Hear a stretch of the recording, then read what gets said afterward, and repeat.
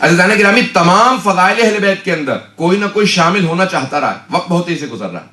تمام فضائل اہل بیت میں پیغمبر اسلام نے جتنے فضائل پیش کیے ہیں نا، سب نے شامل ہونے کی کوشش کی ہے. پیغمبر اسلام نے کہا انا مدینۃ العلم وعلی بابہ، میں علم کا شہر ہوں، علی اس کا دروازہ. لوگوں نے کہا کسی طرح سے اس کی دیواریں بنائی جائیں، چھت بنا دی جائے، پرنالے بنا دیے جائیں. بات واضح ہو رہی ہے نا عزیزان گرامی؟ اب سب کچھ کہلوائیے گا، نہیں پہنچ جائیے گا تاکہ میں جلدی بات آگے بڑھا دوں.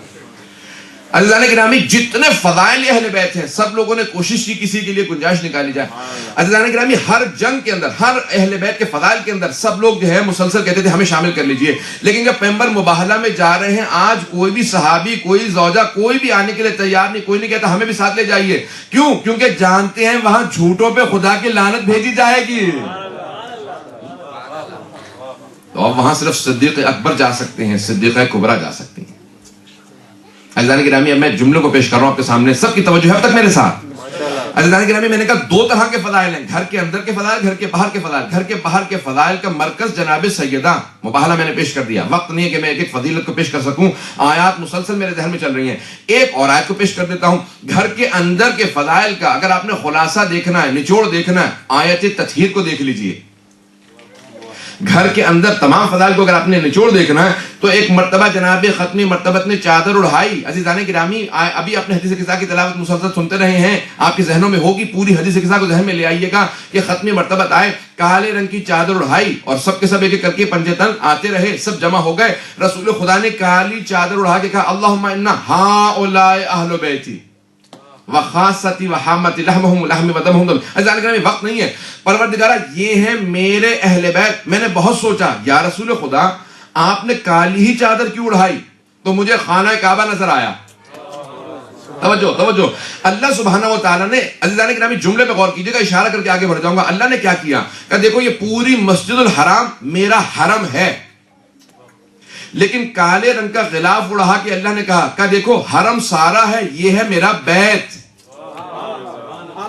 یہ سارا حرم ہے، یہ ہے میرا بیت. تو رسول خدا نے کہا دیکھو اس گھر میں حرم اور ہیں، اہل بیت اور ہیں. تو اب رسول خدا نے وہی کہا، اللہ نے بیت کا تعارف کروایا تھا، رسول خدا نے اہل بیت کا تعارف کروایا. تو کالے رنگ کی چادر اڑھائی اور اڑھانے کے بعد کہا اللہم انا ہؤلاء اہل بیتی، پروردگار یہی میرے اہل بیت ہیں، یہ میرے خاص بھی ہیں، میرے عام بھی ہیں، ان کا گوشت میرا گوشت ہے. عزیزان گرامی وقت نہیں. اب ایک مرتبہ تعارف کروایا، وہاں سارے ملائکہ جمع تھے. ایک مرتبہ جناب جبرائیل نے سوال کیا یا رب من ہم، پروردگار کون ہے یہ؟ فخر الدین رازی کہتا ہے 60,000 مرتبہ 60,000 مرتبہ جناب جبرائیل نازل ہوئے تھے. ختمی مرتبہ پہ 60,000 مرتبہ نازل ہوئے تھے. پھر بھی پوچھ رہے ہیں کون ہے؟ جب بھی آتے ہوں گے دیکھتے تو ہوں گے یہ امیر علیہ السلام ہے، یہ حسن ہے، یہ حسین ہے. پھر بھی پوچھ رہے ہیں یا رب من ہم، پروردگارہ کون ہے یہ؟ عزیزان گرامی جب وہ الگ الگ تھے پہچانے جا رہے تھے، جب 5 کا نور 1 بن گیا تھا تو ان کے لیے پہچاننا مشکل تھا. یا رب من ہم، پروردگارہ کون ہے یہ؟ تو خدا نے جواب دیا ہم فاطمہ تو وَأَبُوهَا وَبَعْلُهَا وَبَنُوهَا. عزیزان گرامی گھر کے باہر کے فضائل کا مرکز جناب سیدہ، گھر کے اندر کے فضائل کا مرکز. اگر بات کو پہنچا پایا ہوں عزیزان گرامی، اللہ نے تعارف کروایا جناب سیدہ کے ذریعے، کہا کہ ہم فاطمہ تو وَأَبُوهَا وَبَعْلُهَا وَبَنُوهَا. دیکھو کون کون ہے؟ کہا دیکھو فاطمہ ہیں، فاطمہ کے بابا ہیں، فاطمہ کے شوہر، فاطمہ کے دونوں بیٹے. عزیزان گرامی مرکز جناب سیدہ. میں نے بہت سوچا پروردگارہ تو نے سارے فضائل کا مرکز جناب سیدہ کو کیوں بنایا، ختمی مرتبت کو کیوں نہیں بنایا؟ تو عزیزان گرامی ایک جواب آیا آپ کے سامنے. ساری کی ساری تمہید باندھنے کے بعد اس جملے کو پیش کرنا چاہتا ہوں. اگر آپ کی توجہات کے طالب ہوں، اگر سمجھ میں آ جائے تو ضرور جواب دیجیے گا، اور اگر سمجھ میں نہ آئے تو خاموش رہیے گا. عزیزان گرامی اللہ نے مرکز جناب سیدہ کو بنایا. فضائل اہل بیت کا، تمام فضائل اہل بیت کا مرکز جناب سیدہ کو بنایا. کیوں کہ عزیزان گرامی یہ اہل بیت کا تعارف ہے. اللہ نے کہا دیکھو جب بھی کسی پہ شک ہونا کہ یہ اہل بیت میں ہے یا نہیں ہے،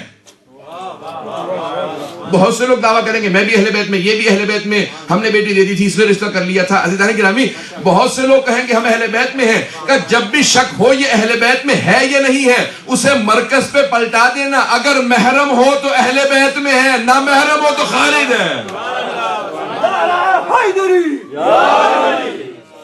اور فرمایا عزیزان گرامی تو جناب سیدہ مرکز فضائل اہل بیت ہے. اللہ سبحانہ و تعالیٰ نے انہیں مرکز بنایا ہے. کہ اگر تعارف ہوگا تو اہل بیت علیہ السلام کا جناب سیدہ کے ذریعے تعارف ہوگا. جو بھی اگر کبھی شک کرے گا کہ یہ ہے اہل بیت میں یہ نہیں ہے تو جناب سیدہ سے دیکھ لینا. عزیزان گرامی جناب رسول خدا سے بہت سے لوگوں نے رشتے جوڑ لیے, جناب امیر سے, جناب امام حسن حسین سے, لیکن جناب خاتون جنت مرکز فضائل اہل بیت ہیں. عزیزان گرامی آئیے ذرا دیکھیں, جب علامہ اقبال سے بھی سوال کیا گیا, اب ترجمہ کرنے کی ضرورت نہیں ہوگی, اکثر برادران جو ہیں وہ فارسی سمجھ لیتے ہیں. جب سوال کیا گیا کہ جناب مریم اور جناب فاطمہ کے اندر کیا تقابل ہے, تو کہا مریم از یک نسبت عیسیٰ عزیز, از سے نسبت حضرت زہرا عزیز. برحمتك يا أرحم الراحمين وصلى الله على محمد وآله الطاهرين.